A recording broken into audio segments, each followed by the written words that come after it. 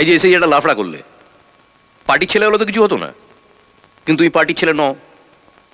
পার্টির ছেলে না হলে কি হবে? কিচ্ছু হবে না যদি আমি তোমার কাঁধে হাতটা রাখি। আমার জয়বাবু অবিনাশ মুখার্জি বিরাট ক্ষমতা, হেভি পাওয়ার, পায়খানে তো হাত ঢিল্লিতে।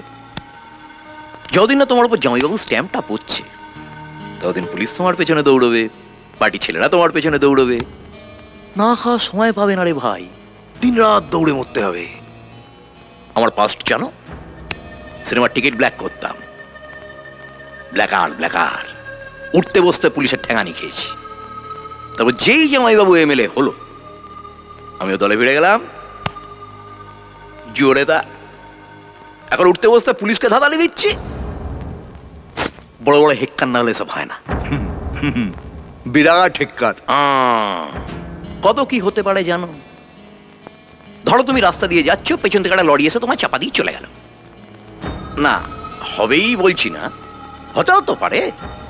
বা ধরো তুমি নাসিরের দোকানে বসে চা খাচ্ছ, পাঁচেরা ছেলে এসে বসলো, মাথায় বন্দুক থেকে ঘোড়াটা টেনে দিল। হবেই বলছি না, হতেও তো পারে। বিরাট খেলা, সাপ লুডো, কে কখন মইবে উপরে উঠে যাবে, কে কখন সাপের মুখে পড়বে কেউ জানে না। না লেলিন, না মার্কস, না রামমোহন বিদ্যাসাগর। তাই ওদের মতবাদের সঙ্গে আমার মতবাদটা মেলে না, আমার মতবাদ আলাদা। 4 আনার কীর্তন, 12 আনার দক্ষিণা, বোঝা গেল?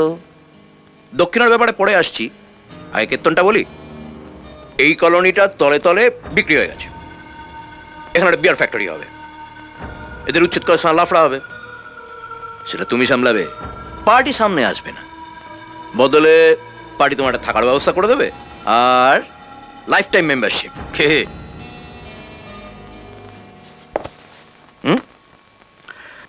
আপনার কীর্তন তো শুনলাম, এবার আমার কীর্তনটা শুনুন। ধরুন আপনি সকালবেলায় কীর্তন গাইতে বেরিয়েছেন, হঠাৎ একজন আপনার পাছায় ক্যাট করে একটা লাথি মারলো, আর আপনি সোজা গিয়ে গুয়ে ডোবায় ঢপ করে পড়লেন। না না, হবে বলছি না, হতে পারে।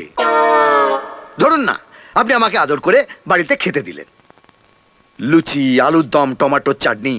আমি লুচি আলুর দমটা খেলাম, কিন্তু টমেটোর চাটনিটা খেলাম না।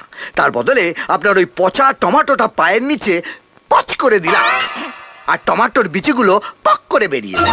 আমার না না, হবে বলছি না, হতেও তো পারে। আচ্ছা, কি বলতে চান কি আপনি?